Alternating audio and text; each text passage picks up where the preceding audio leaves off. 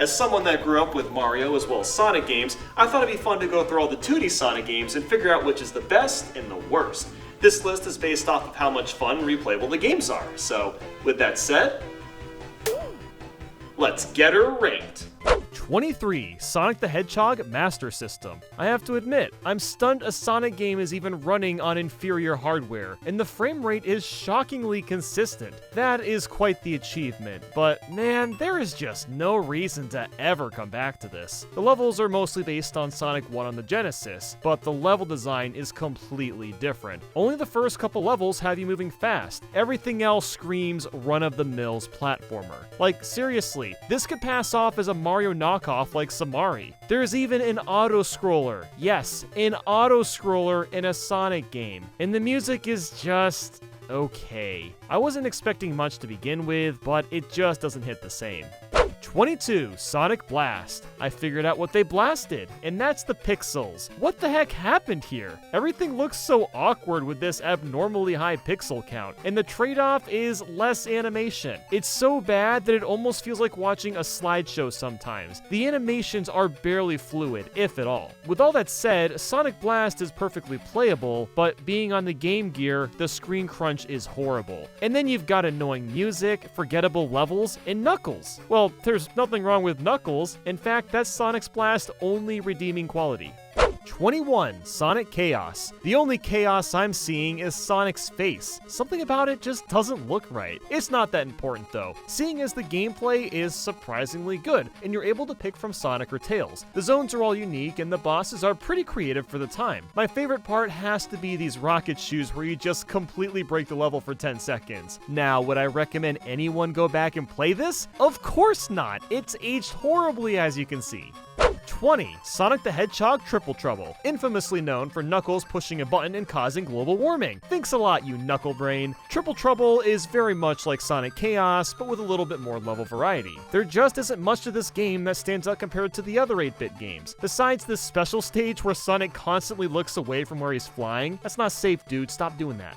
19. Sonic the Hedgehog 2 Master System. I'm beyond surprised with how much was improved with this sequel. There's brand new concepts introduced like hang gliding. You wouldn't expect that much ambition. And the boss fights are much more creative too. Same with the levels, as they aren't based around the original Sonic 2. I guess there was a reason this was included in Sonic Gems collection, while the first Master System game wasn't.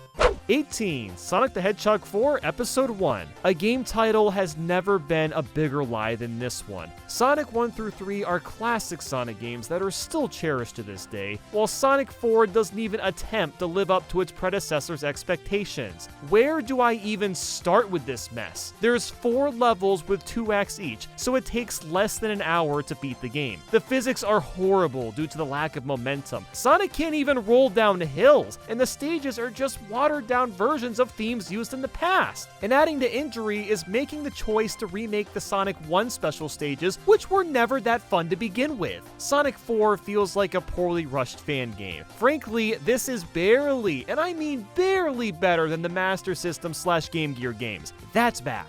17. Sonic the Hedgehog 4 Episode 2. While technically different games, they really should have both been included as one. The only reason this is better is because the physics aren't quite as wonky as in Episode 1. The stages, music, and graphics all look about the same. Some of the worlds look nice at times, but it does not live up to the name it's given itself once again. There is zero reason to ever play these games when you've got the first 3 ported on so many different consoles.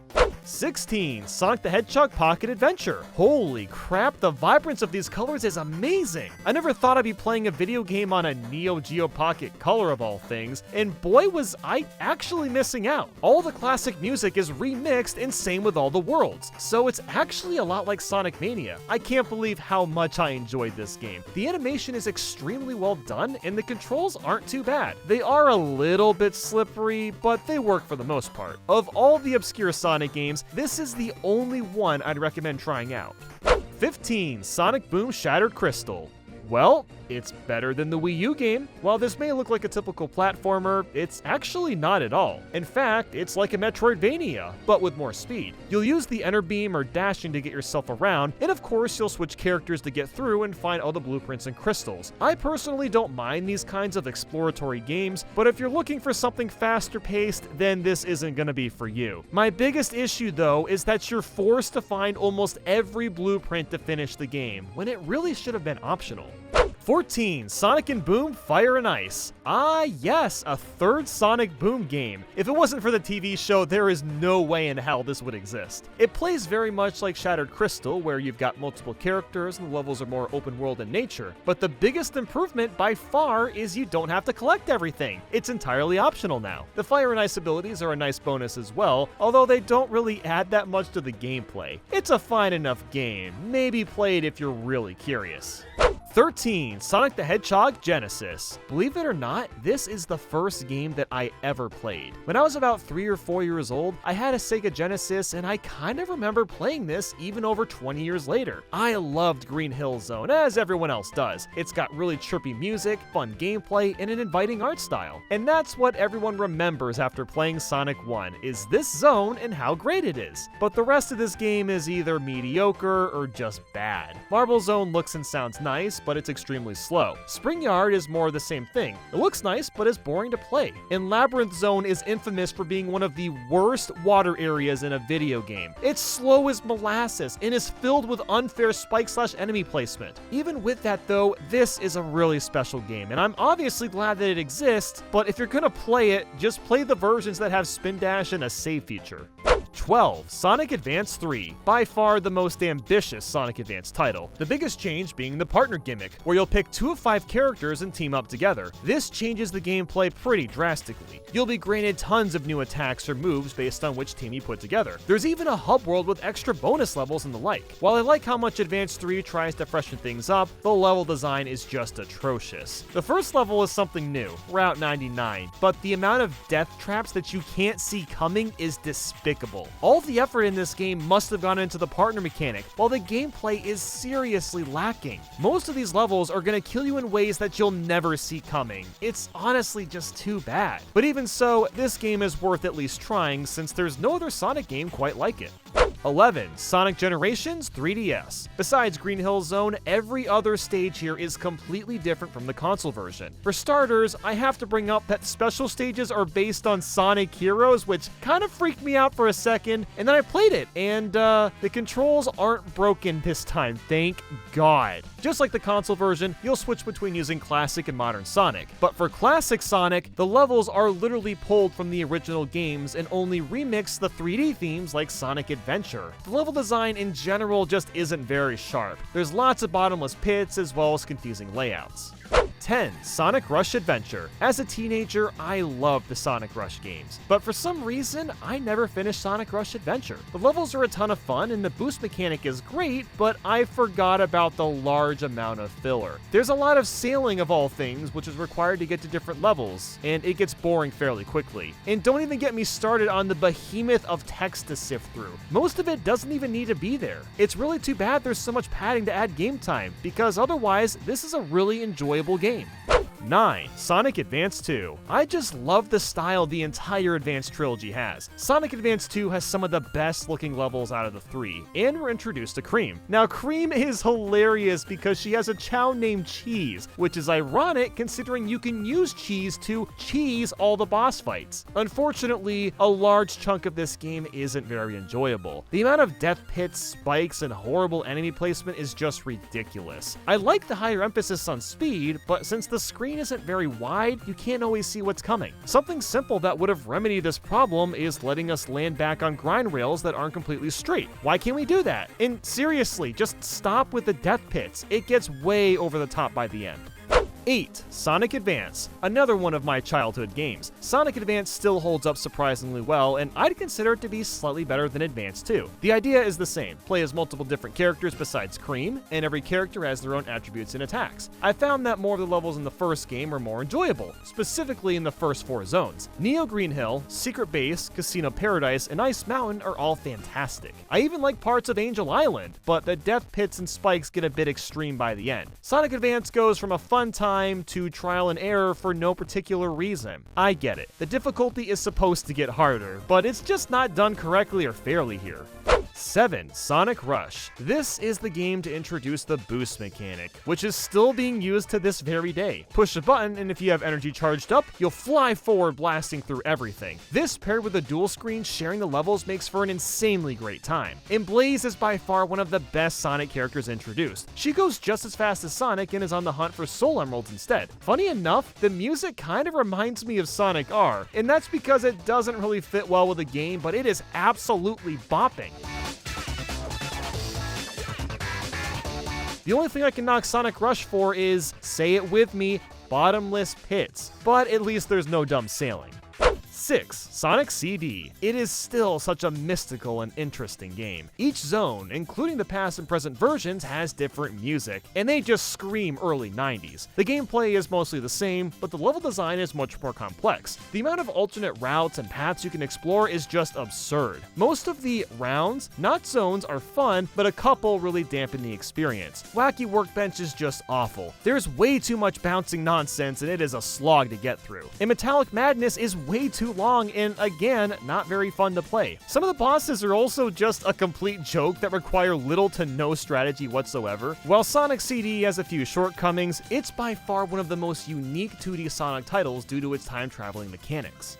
5. Sonic and Knuckles. I still get a kick out of that intro. The Death Egg just crashing down while Sonic and Knuckles are just chilling out. The main difference between this and Sonic 3 is the zones aren't quite as fun or memorable. While I love Mushroom Hill, Flying Battery, and Sky Sanctuary, everything else is either tedious or just annoying. Sandopolis and Hidden Palace Zone are long, confusing, and complete chores to play through as an example. While there were lots of improvements compared to Sonic 1 and even Sonic 2 in the graphical department, the gameplay doesn't hold up quite as well. 4. Sonic Colors DS. Might as well have just called this Sonic Rush 3. Holy sh*!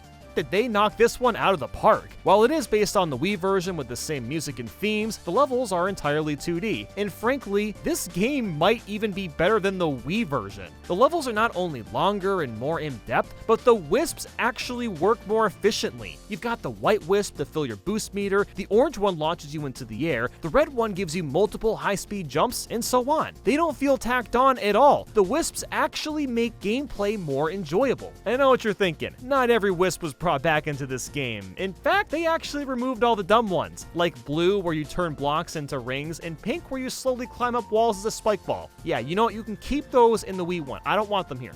3. Sonic the Hedgehog 3, the very first video game I ever fully completed. Sonic 3 took an even bigger leap than Sonic 2 with overhauled graphics, multiple playable characters, and save files. Yes, that was a big deal when the previous 2 games didn't have them. Although there's stage select, but that's beyond the point. Sonic 3 only has 6 zones, which is significantly less than Sonic 2, but they're all a blast to play. Except for Marble Garden Zone, which is way more confusing than it should be. Angel Island catches on fire halfway through, changing up the scenery pretty drastically. Hydro City lets you run across water. Ice Cap has you sliding down hills on ice. Every stage is extremely memorable. And the elemental shields make them all the better, since each gives you abilities like charging forward or getting an extra jump. It's just that there's a lack of stages. That's the only real downside.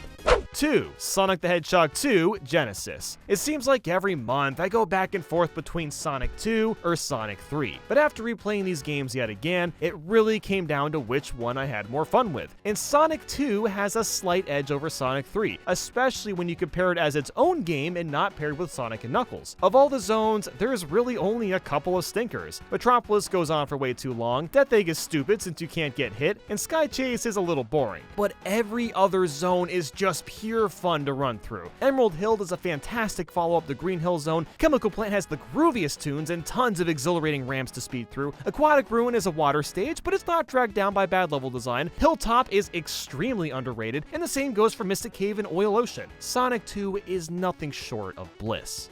1. Sonic Mania / Plus. This game perfectly encapsulates everything that's right about Sonic. The levels are crazy fast. The pixel work is beautiful. The music is hair-rippingly good. There's secrets everywhere. The intro cutscene is hand-drawn. There's a Knuckles in Knuckles mode. Knuckles has his own unique stages. You can play as Ray and Mighty. This game is way past cool. Studio Opala's zone is one of my favorite Sonic zones of all time, and they brought back Blue Spear and even created big rings that are actually fun. The only way this game could possibly be topped is if there's a sequel with completely brand new stages, because this game comes so close to perfection. Do you like Sonic? I bet you do, because you watched all the way to the end of the video, so thanks for doing that. Make sure to let me know in the comments what you like to put on your chili dogs, and with that said, thank you for watching, have a way cool day,